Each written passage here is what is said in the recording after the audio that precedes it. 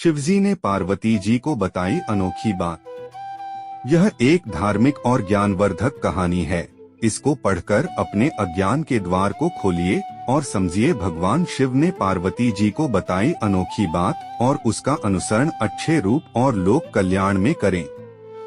एक बार माता पार्वती ने भगवान शिव से कहा कि प्रभु, मैंने पृथ्वी पर देखा है कि जो व्यक्ति पहले से ही अपने प्रारब्ध से दुखी है, आप उसे और ज्यादा दुख प्रदान करते हैं, और जो सुख में है आप उसे दुख नहीं देते हैं।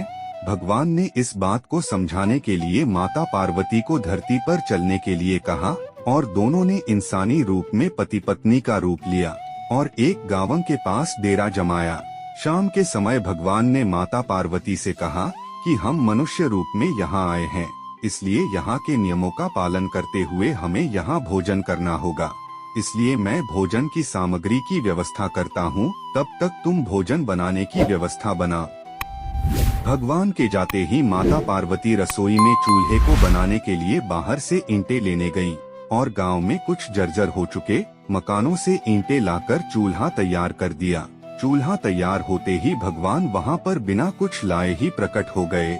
माता पार्वती ने उनसे कहा, आप तो कुछ लेकर नहीं आए, भोजन कैसे बनेगा? भगवान बोले, पार्वती, अब तुम्हें इसकी जरूरत नहीं पड़ेगी। भगवान ने माता पार्वती से पूछा कि तुम चूल्हा बनाने के लिए इन ईंटों को कहां से लेकर आई? तो माता पार्वती ने कहा, प्रभु, इस गांव में बहुत से ऐसे घर भी हैं जिनका रखरखाव सही ढंग से नहीं हो रहा है। उनकी जर्जर हो चुकी दीवारों से मैं ईंटें निकाल कर ले आई। भगवान ने फिर कहा, जो घर पहले से खराब थे तुमने उन्हें और खराब कर दिया।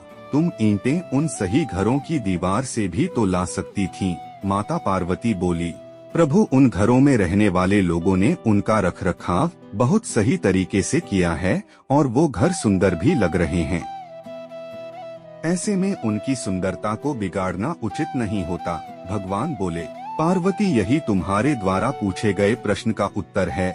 जिन लोगों ने अपने घर का रखरखाव अच्छी तरह से किया है, यानी सही कर्मों से अपने जीवन को सुंदर बना रखा है, उन लोगों को दुख कैसे हो सकता है? मनुष्य के जीवन में जो भी सुखी है वो अपने कर्मों के द्वारा सुखी है, और जो दुखी है वो अपने कर्मों के द्वारा दुखी है। इसलिए हर एक मनुष्य को अपने जीवन में ऐसे ही कर्म करने चाहिए कि जिससे इतनी मजबूत व खूबसूरत इमारत खड़ी हो कि कभी भी कोई भी उसकी एक ईंट भी निकालने न पाए। प्रिय बंधुओं व मित्रों, यह काम जरा भी मुश्किल नहीं है। केवल सकारात्मक सोच और निःस्वार्थ भावना की आवश्यकता है। इसलिए जीवन में हमेशा सही रास्ते का ही चयन करें और उसी पर चलें। इससे हमको क्या सीखने मिलता है? 1. हमेशा अच्छे कर्म करें।